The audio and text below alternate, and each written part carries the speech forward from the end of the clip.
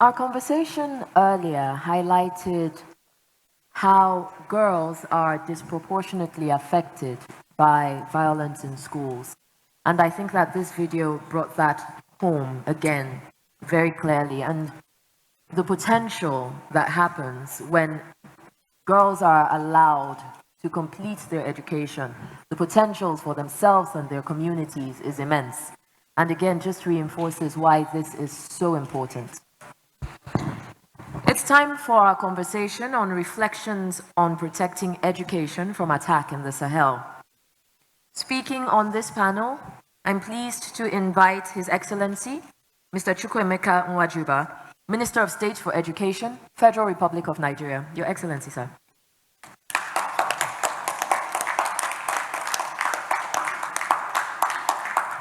I'm also pleased to invite Mr. Mamadou Kanté, Chair of National Safe Schools Follow-up Committee, Ministry of National Education, Mali.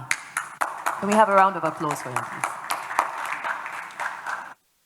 Also here with us is Mr. Clement Traoré, Education Program Advisor, Plan International, Burkina Faso Country Office.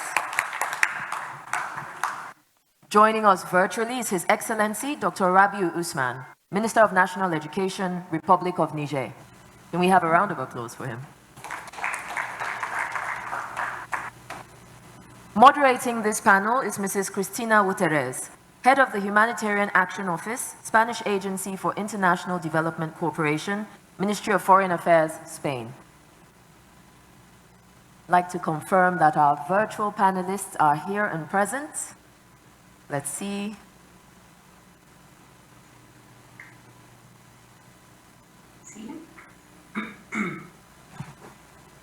Buenos días.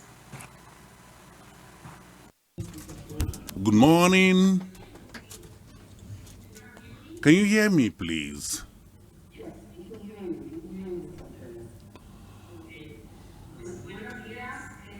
Good morning. Good morning, all from Madrid. It's a pleasure for me to be here and to participate with all the other countries that are taking part in this event, and also the organizers of this very important event. I want to congratulate Nigeria for this conference on the safety of schools. During the last few years, we had an increasing attack on schools in the Sahel region. In 2020, the Coalition for the Protection of Education recorded more than 200 attacks against schools in Burkina Faso, Mali, and also in Niger. In Nigeria, since 2020, almost 1,400 school children and teachers were kidnapped, killed, or disappeared. And at the same time, all these countries have made more progress on the Safe School Declaration in school through their national plans, their policies, their legislation, and also coordination organization at the regional level. In this session, we are going to discuss measures that were put in place to protect children in school, particularly in the Sahel. Each of the government is adopting concrete actions as a measure against attacks on education. I will try to ask questions on each member of the panel, and of course they will answer. We will start with His Excellency Dr. Rabiu Usman, Minister.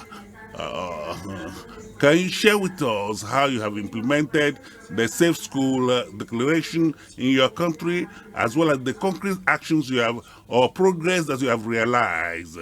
Honorable Minister, you have the floor. Thank you very much for this question. First of all, allow me to commend the government of Nigeria, the director of the Global Coalition for the Protection of Schools or Education, representation of organizing countries of this important event for our countries, and that are witnessing this security in the Sahel region. With regard to the implementation of the Safe School Declaration, for the protection of education. I want to say that we have carried out a number of actions, particularly we organize meetings, intersectoral meetings against the governors of the region that are affected by insecurity in order to have a continuity of the public services, including education. We have also created working groups on education around the regional directors of education in order to ensure the continuation of education during a crisis. Of course, we prepared the teachers to better take care of the children traumatized by war and particularly implement the Safe School Declaration. We also move children to secure regions and the initiative to bring school together in a secured environment. Also, we put in place innovative programs such as the Rapid Pro project in the region of Diffa that enable us every month to have information concerning the indigenes, the refugees, the displaced persons, and of course those who return. Of course, that is some of the measures that we have taken. We also use radio for distance education for far areas to enable them to continue their schooling. That, in short, is what we have been doing in the different regions to promoting the Safe School Declaration in Niger. Thank you very much.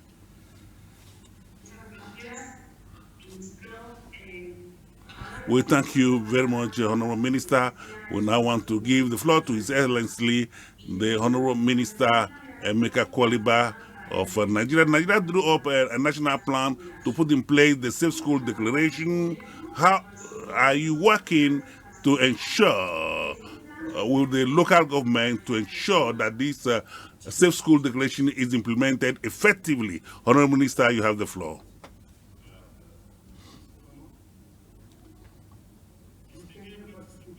Distinguished participants of this 4th International Conference, kindly allow me to first of all thank the organizers for inviting Mali to this event that will enable Mali to share with you the experience in this area of protection of schools and universities, and also will enable us to gain from the experience of others.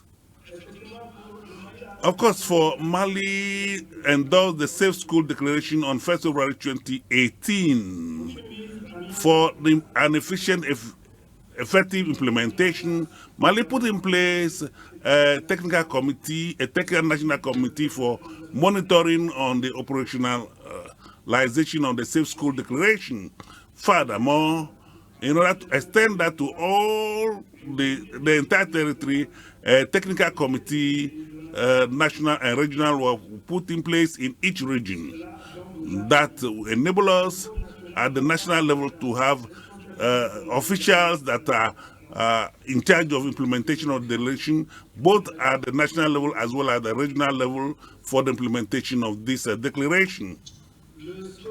The second point that Mali has initiated is the plan of action for the implementation by each technical committee, whether at national level or regional level. The national technical committee included actors of national policy, civil society, and technical and financial partners. With regard to the authorities, we have 9 ministries: Ministry of Education, Defense, Security, Foreign Affairs, Justice and Internal Affairs, Promotion of Women and Family, Communication, Religious Ministry, Civil Society Organization. We have the Parliament of Children, which is represented by also have the coalition, Malian Coalition for the Right of Children, technical financial committee, we have UNICEF and NISMA, and we have 4 other NGOs. We also have Plan International and others. With the implementation of this technical committee, of course, for the implementation of this declaration. At the regional level, we also have technical regional committee that included all and take into account this division with regard to the public authority, civil society, technical and financial partners, in taking into account the local specificities. The action plan drawn and implemented aim at the following objectives: to ensure a better coordination of activities, strengthen build capacity of stakeholders in implementation, encourage, of course, advocacy and legislation, ensure dissemination of the Safe School Declaration in all schools, and participate actively in sharing experience with others. The activities put in place for achieving these objectives produce the best practices as follows. With regard to the coordination of activities of functioning of the various offices, it enables us to hold meetings, ordinary and extraordinary meetings, to monitor the implementation of the activities planned in the action plan. Capacity building of the stakeholders led to a change in behavior at different levels. For instance, the defense and security forces had a change in their behavior with regard to taking decisions concerning the non-occupation of schools by troops carrying out military activities, and of course instruction given to young officers for building prefabricated rooms for the operation. The other change was obtained with the training of armed groups that are signatory to peace building and national reconciliation, and at the end of their training, they sign a commitment to respect the content of the Safe School Declaration and to respect it. With regard to non-conventional armed groups, they also will organize a forum, and at the end of this forum, we have agreements for the respect and reopening of closed schools, subject to satisfying some of their claims, such as separation of girls and boys in the school classrooms, functioning of the classical school and also the Quranic school, and the use of Arabian language for teaching. And also, we have also had a press and had a commitment through the implementation of a network of journalists and communication officials for Mali. The objective with regard to the elaboration of a legislative law enable us to have a draft law on the protection of schools and universities during armed conflicts in Mali. With regard to the participation and of sharing and experience, there also Mali has participated in a virtual meeting as well as physical meetings, in all the meetings in which it was invited at the national level, regional level, as well as international level. Now, with regard to the difficulties that we met, essentially it has to do with the diversity of armed groups throughout the country, and also the increase on attacks in schools, up to date. We have 1,684 schools that are closed, and of course depriving about 505,000 children right to education and demoralizing more than 1,400 teachers. There's also the persistence of serious violation against children, particularly girls, and also there is almost two-thirds of the country is affected by insecurity, and also the means of production of the various communities also play a negative role in the performance of the committees. And finally, as obstacle, we also have the insufficiency of financial resources to realize these objectives. That, ladies and gentlemen, that's what I can say with regard to this question. Thank you very much. Thank you very much, Mr. Mamadou Kanté. I think that the experiences that we have had following this change of behavior at all levels are very, very interesting. It's very interesting because and positive for the implementation of this plan. Now, I want to give the floor to the Honorable Minister of Nigeria, Mr. Chukwuemeka,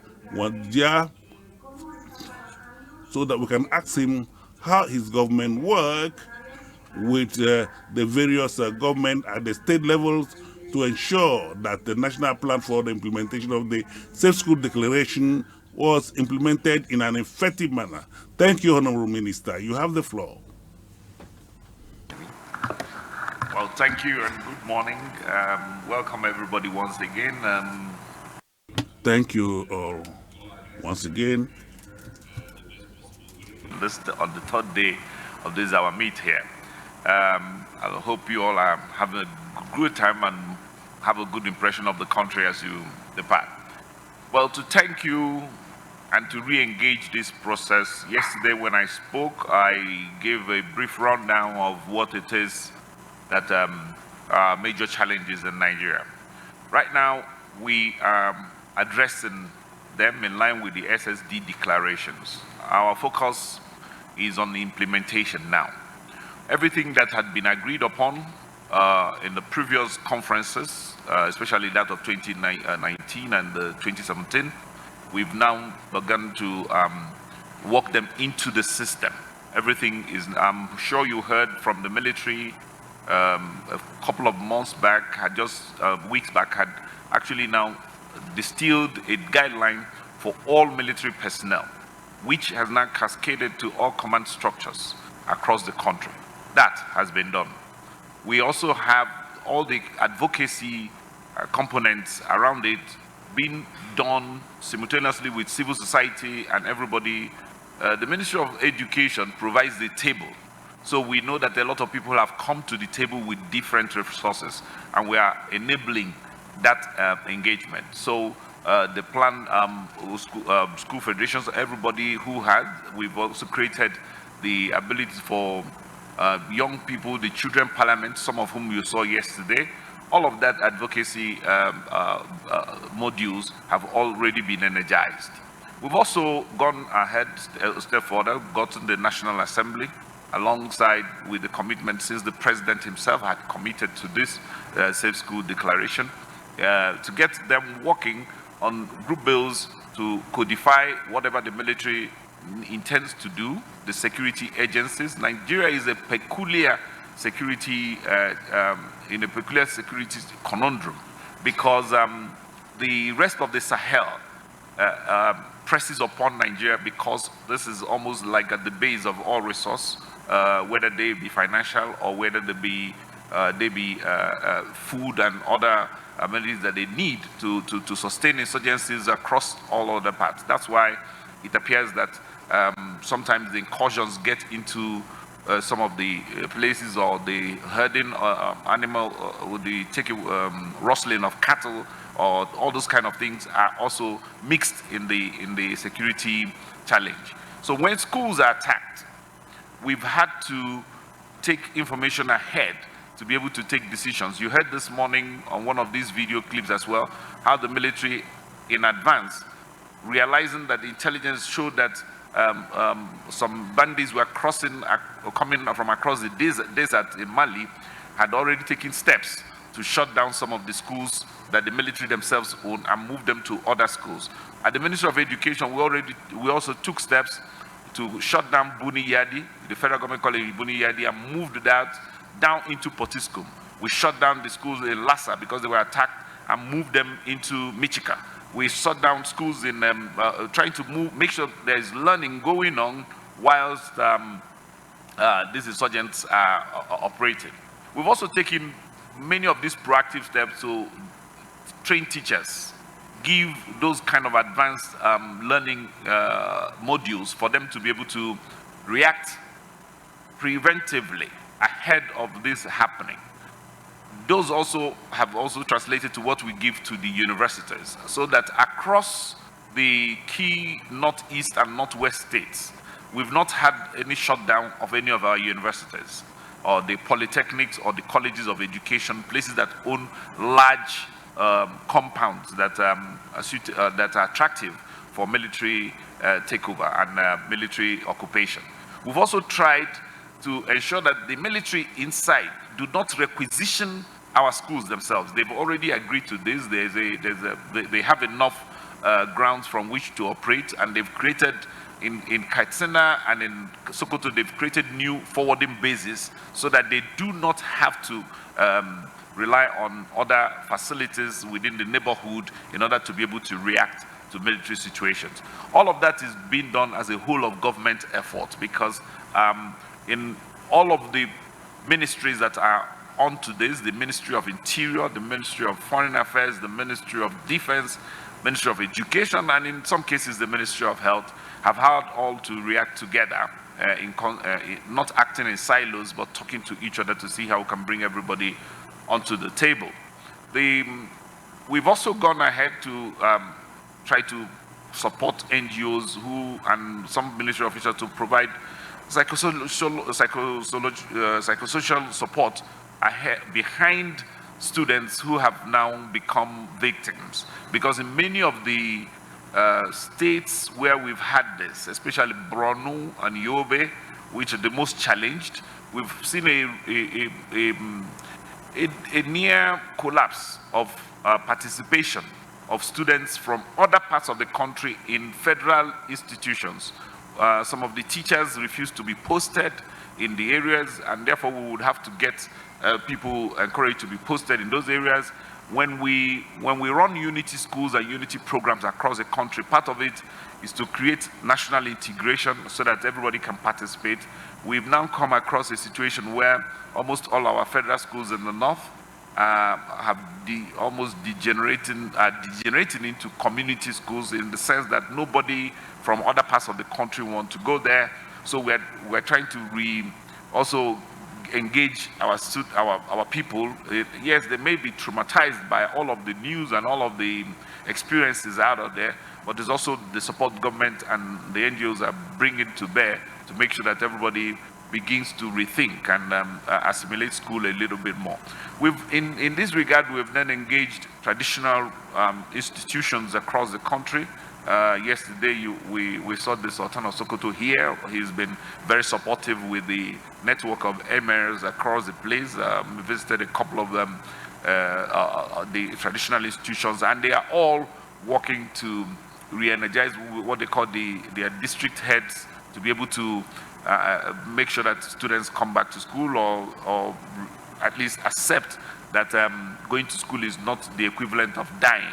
We've also now gone ahead to work closely with the Ministry of Women Affairs to address the challenges of girls particularly.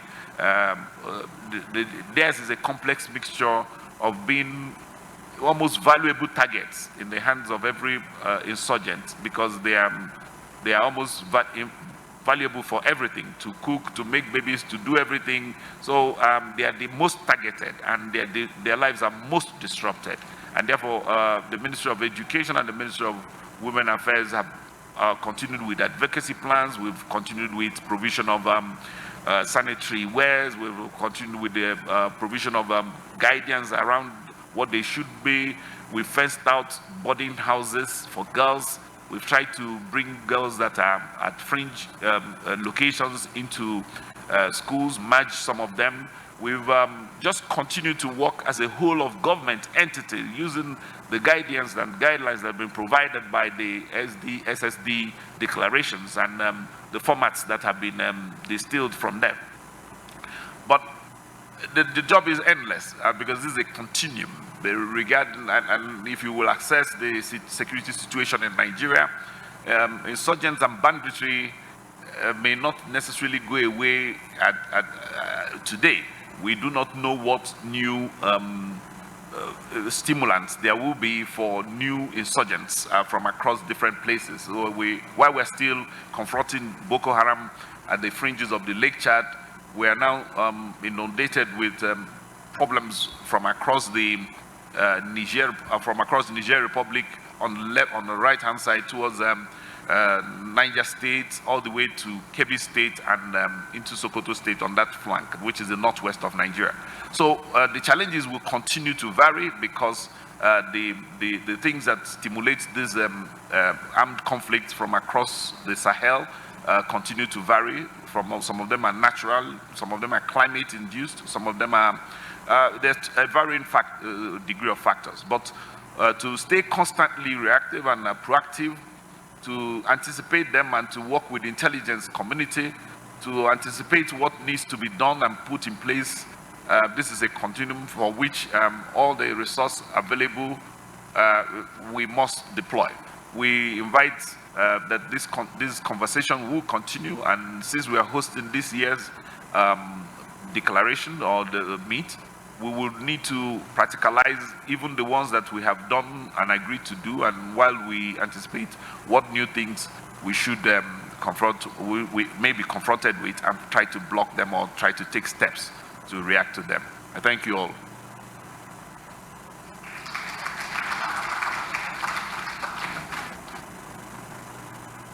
Muchas gracias por su aportación.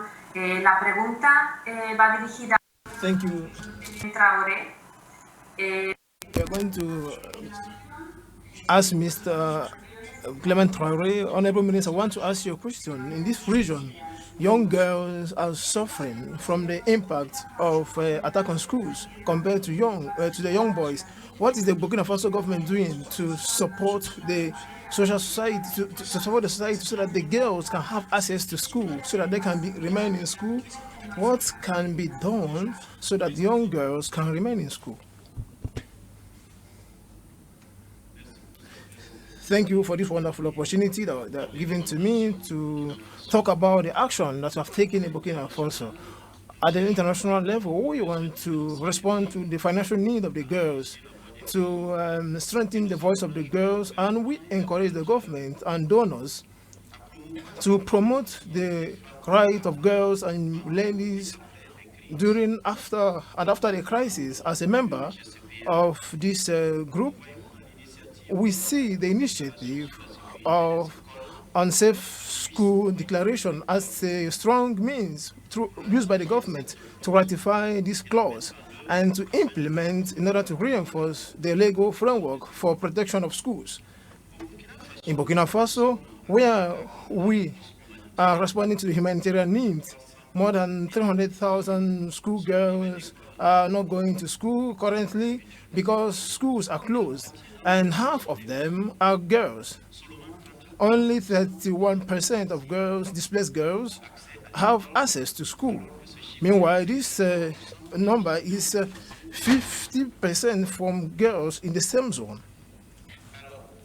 So this number shows concretely the consequences of girls abandoning school for early marriage, violence, discrimination done to girls, trauma that they are passing through that is becoming serious without adequate response. In this context, the international community is working with the government as well as with the education sector in so many issues to make sure that the girls remain in school.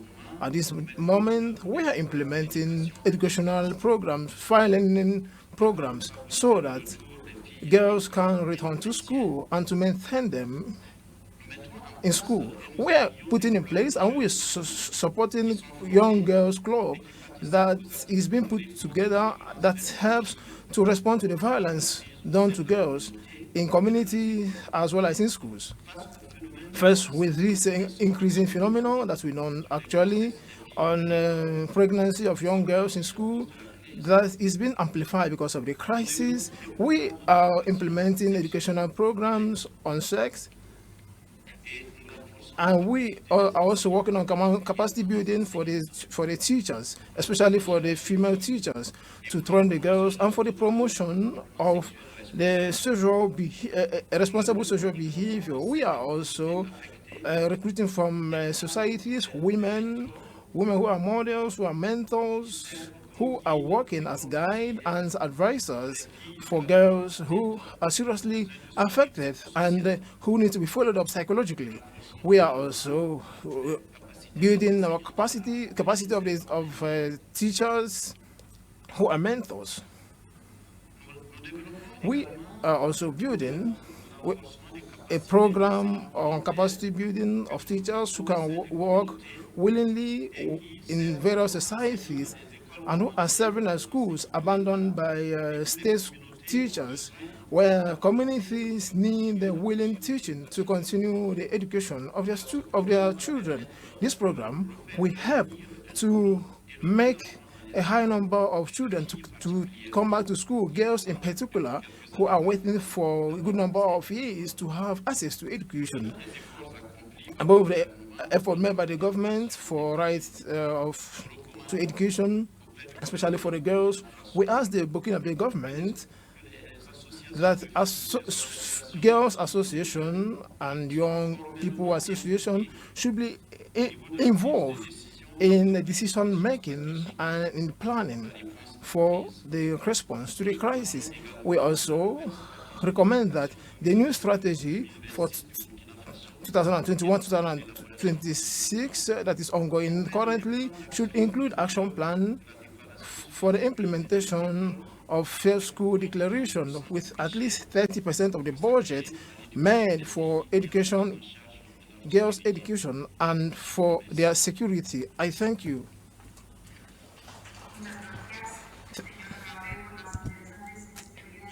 Thank you so much for sharing your experience at the international level.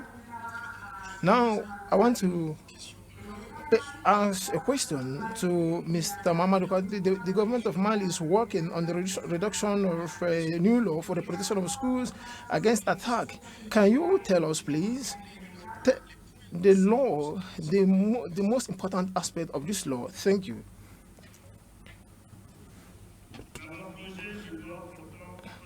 Law on the protection of schools and universities is made up of 5 chapters, 7 sectors, and 40 articles. Chapter 1 talks about the object and implementation of first article of section 1. Definition of vocabulary used is given in article 1 to 14, section 2. The exceptional condition justifying the crossing, the occupation, destruction, or attack against schools or universities are defined in Article 15 and 16 of Section 3. Chapter 2 talks about obligations of various actors for security of schools and universities. Also, in Section 1, we have definition of obligations of the state in Article 17 to 20. In Section 2, we have the precision of the role and responsibility of school and university institutions in Article 23, 22, and 23. Section 3 determines the role and responsibility of personnel, of staffs in schools and universities. And this has been clarified in Article 24 and 25. Section 4 specifies the role and responsibility of stakeholders during armed conflict for the protection of education. In Article 26 to 34, in line with the directive recognized by the framework on security, on safe school security. Chapter 3 defines the define attacks and sanctions that the offenders will face in Article 34 to 38. And Chapter 4 conditions the application modalities for the future law on protection of schools and universities in Mali during crisis, during the Ministerial Council and its publication in the official journal as an official law in Mali, and this is defined in Article 39 and 40. Thank you for your attention. Thank you so much. Thank you thank you once more. Thank you to all the members of the panel. In order to give the floor to all the participants for questions and answers, the last question I want to ask the members of the panel: what can be done to reinforce education at the national level against attack? That is, how can the collaboration at the national level can help to save education from attack? You have some minutes to answer briefly to these questions. I will give the floor to Mr. Radio Usman. Mr. Honorable Minister, you have the floor. I didn't understand the question very well. I think it has to do with what can we do to strengthen partnership.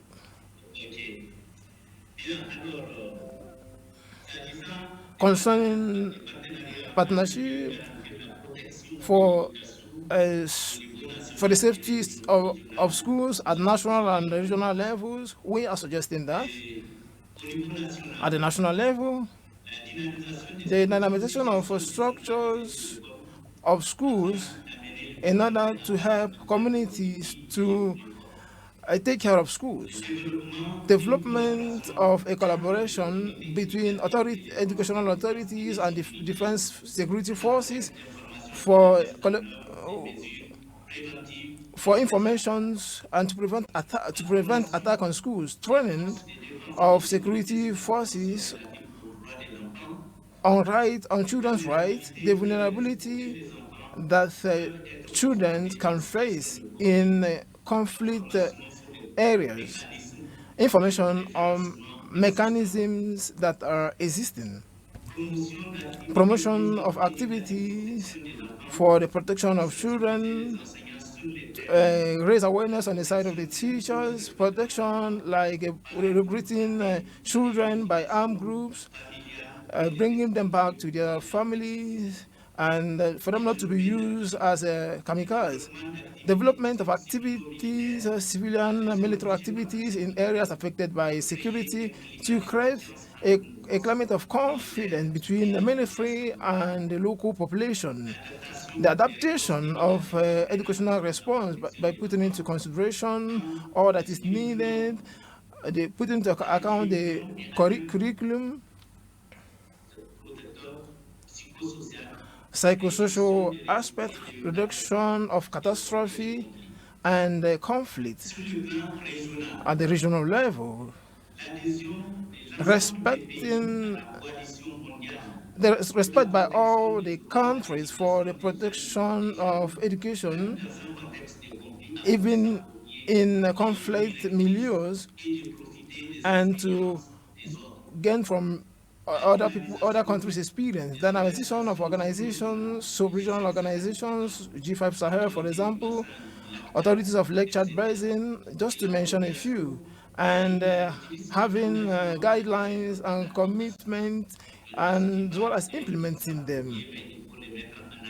it doesn't suffice to have them, but it's important to implement them. This collaboration between at the regional level through mutualization of means and experiences can strongly help in the protection of schools. So this is what we are suggesting concerning partnership at the national level and at the regional level. Thank you. Thank you so much, Honorable Minister. Mr. Chukwuemeka, Honorable Minister, concerning Nigeria, would you have any response?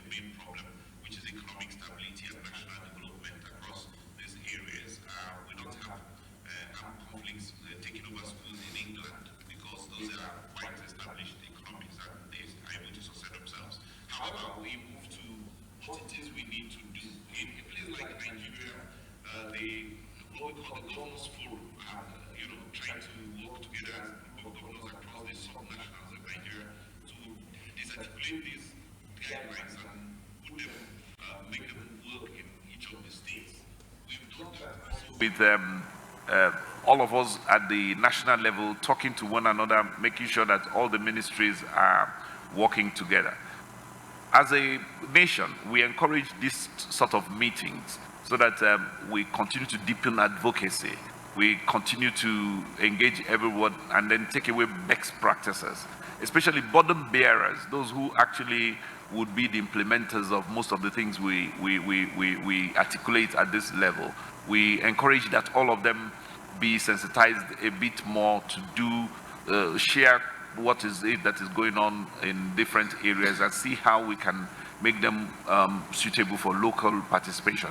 In Nigeria, we already run what we call the school-based management systems, the SBMs, so that community, old boys and girls, government, everybody is involved in running each of these schools, and especially those that are particularly challenged, especially secondary school at that level, because the secondary schools seem to be the most focal of all the places where people are attacked, where we sensitize the management of those schools at that level. This is some sort of practice that we think every other person can share. And then being able to share intelligence, being able to be preemptive against when we hear that things are going to happen, we don't leave the children waiting until it has happened before we then react. We take preemptive measures. Then we can also look at sharing intelligence across the borders, because that's what Nigeria has been doing with Niger and Mali and Benin Republic on the left side. And so sometimes when these things get to government on time, government can react and be able to use them. Apart from the guidelines themselves and reworking it from time to time to see how local issues can be best worked into it, we will also review all the challenges everybody faces, especially the CSOs, as they go around and give a feedback from what they get in the field, so that those can be incorporated into government policies from time to time. So shared templates and shared guidelines and shared work is an increasing focus that everybody should get involved in. So these national meetings or cross-regional meetings must be encouraged, advocacy must be encouraged, and then be able to have those who are actors and players participate a bit more and be trained better. Those are the contributions we think we can make. Thank you. These are the contributions I want to share with you. Thank you. Thank you very much. The contributions are very interesting. This can improve national coordination. Mr. Mamadou Kanté, for Mali, can you tell us something? Education is protected at the national level as well as the regional level. We need to put in place protection mechanism at the level of every country and also at the regional level. And that mechanism is based on the document of distance learning, such as the Declaration of the Safe Schools and its guidelines. We have to put it at the national level as well as the regional level.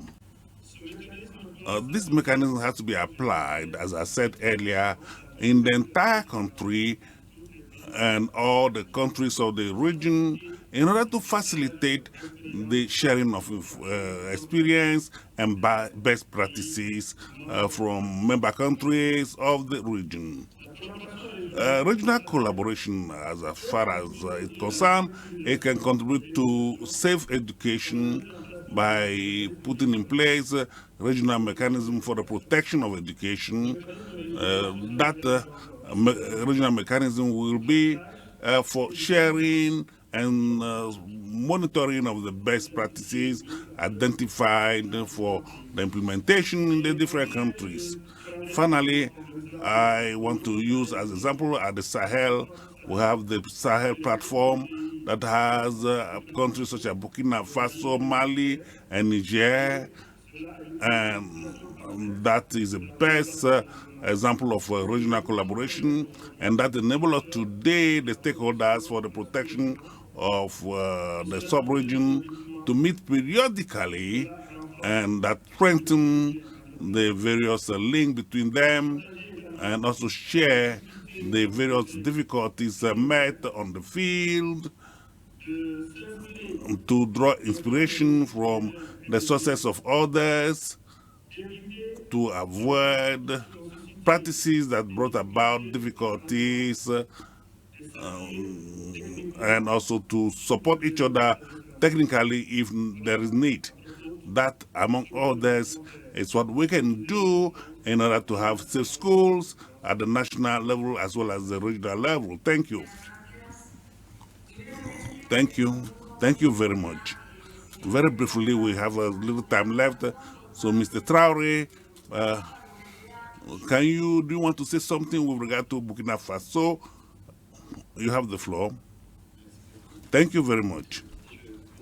I want to start by saying that Burkina Faso is a country of institutional and social dialogue, and also for community-based participation. I also want to say that the Plan International Burkina Faso is a stakeholder in all the dialogue platform for education and also in the field for mobilization of the community. Within the context described, Burkina Faso has undertaken the translation into the 4 main languages of the Safe School Declaration and also the guidelines for the protection of schools and universities against armed conflict.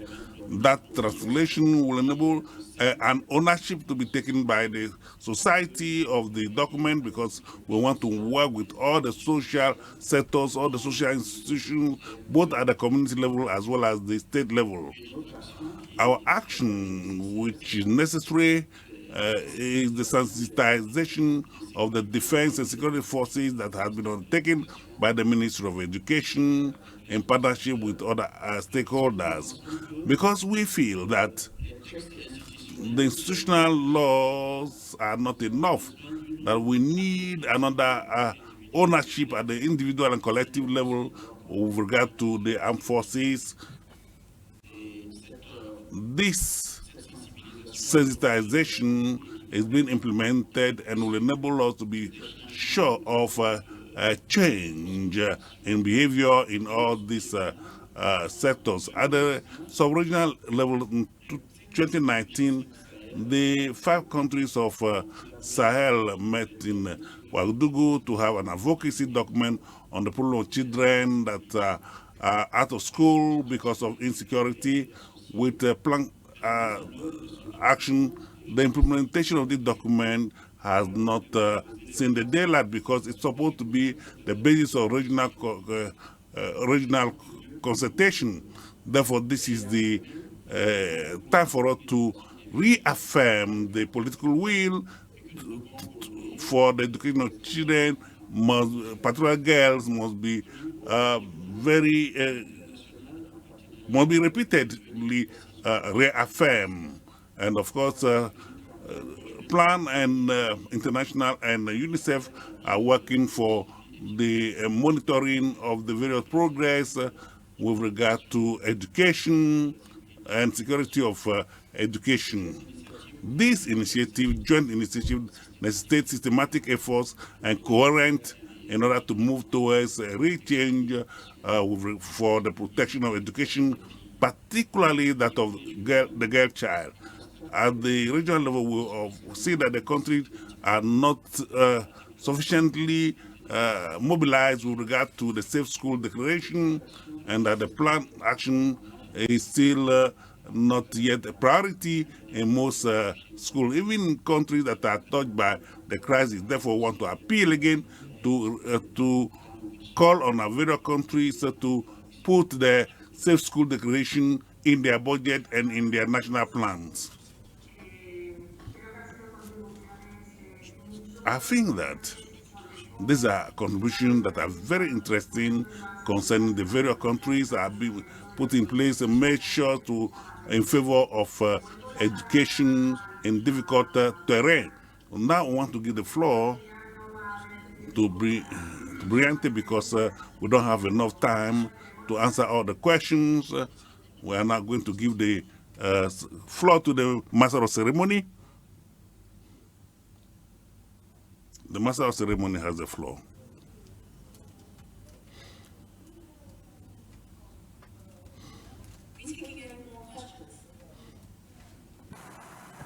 I just want to confirm from the moderator. To confirm whether we can answer some questions. Can we? Yes. Do we have time for any questions from the floor, Madam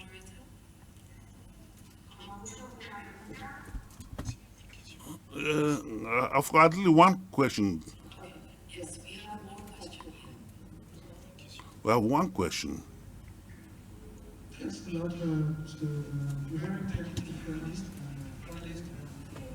and thoughts shared during first question. First of all, I want to commend the Nigerian government for the efforts and put in place to create the enabling environment for the Safe School Declaration to be implemented in Nigeria. And I also want to ask a direct question to the Honorable Minister for Education, His Excellency Chukwuemeka Nwajiuba. A lot of things have been done from 2019 till now, such as the development of the minimum standard and also the plan of action for the Safe School Declaration. And for us to move from commitment to practice, it is important that implementation is taken very seriously. And when we talk about implementation cannot happen, so quality implementation cannot happen without intentional funding. All right, so I want to ask if we can look forward to maybe in the next budget for the country, seeing that there is budget, the government is intentional about budgeting for implementation of the SSD, both at the federal level and also ensuring that state governments also budget for the implementation of the SSD at the state level. Just to clarify, you're asking to confirm if we can look forward to budget allocation at the federal and state level for the implementation of the SSD. Absolutely. Okay, we'll just take the second question very quickly so that we can have them both answered. I believe that's our young honorable. Good morning to you all. I am Right Honorable Ibrahim Zanmasnoma, the Speaker of the Borno State Children's Parliament. So my question is to the Minister of the State of Education. So there are a lot of children living with disability in Nigeria, and they need special needs and facilities to access education, and they need like special schools to be built in Nigeria. or a special type of education to be brought to the normal schools in Nigeria. So I want to ask, what is their government doing to curtail this situation? Okay, so we have both questions for the Minister of State for Education. Okay, thank you very much for the question. And the short answer to the first question will be yes. But then, yes, we are committed to providing more funding in a targeted manner to achieve the objectives of SSD. We're committed to that. The government already, even in this year's budget, we've made provisions seeking that. But then that is what government does. Government is, we are the executive arm of government. In my previous incarnation, I was a member of the National Assembly. And over my engagement in politics in the last 30 years, I know that there are so many propositions you can bring from your ministry, and they don't survive the National Assembly appropriation processes, because the Constitution in Nigeria says constitutional appropriation. You can budget, but all appropriations will be done by the National Assembly.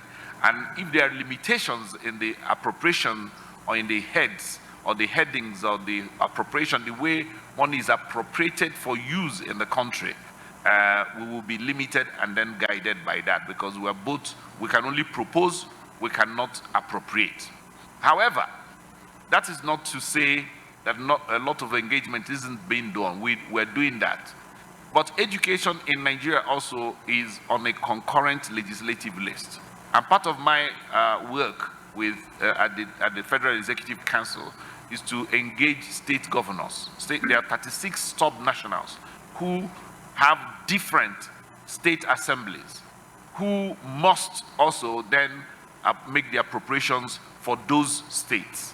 What we have then found ourselves doing a bit more is to appeal to the non-governmental agencies that work with the Ministry of Education, because we've registered all of them and we have a coalition. So that we have in the meetings I hold with them, I always say, let us use the kind of funding you get to supplement areas where there are gaps.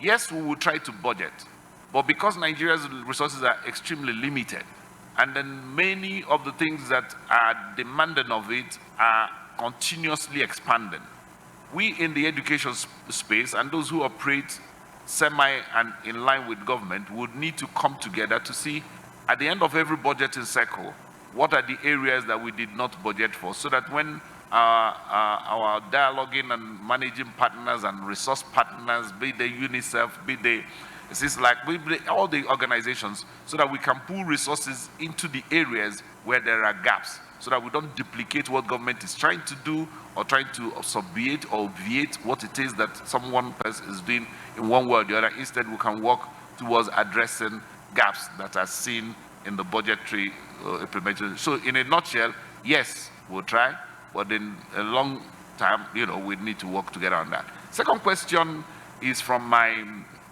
speaker. He speaks for children like me, and we all are together with this, and I understand what you're trying to say. But I think you didn't mean to say curtail it, you mean to encourage it. What is it we're going to do to address them? Yes, we do. Already the Federal Ministry of Education has established a specific teacher training facility in Oyo State in Ibadan to produce teachers that are specialists only for special needs. And that College of Education has started graduating its first set. So we're now moving them to areas that we have articulated that or where we have decided that more need is the require of that. We've also done in this year, the President Muhammadu Buhari, as soon as he came into power in 2015, we pursued the Disabilities Act. And for the first time in Nigeria now, we have a Disabilities Commission, a commission that then addresses the peculiar challenges of each of the challenged groups, whether they be physical, whether they be mental, whether they be sight, whether they be of any type. We now have a commission that addresses all of that, and we speak and work towards providing each of those abilities or any challenge where we have places to address them. So we're working with that, but again, resources are not enough. Those who are playing in the field, we will also want to cooperate with them to be able to provide the kind of systematic overview where they can actually play and then produce better results for the dollar they put on the table. Thank you very much. Thank you so much, Honorable Minister of State, and thank you to our great, very panel.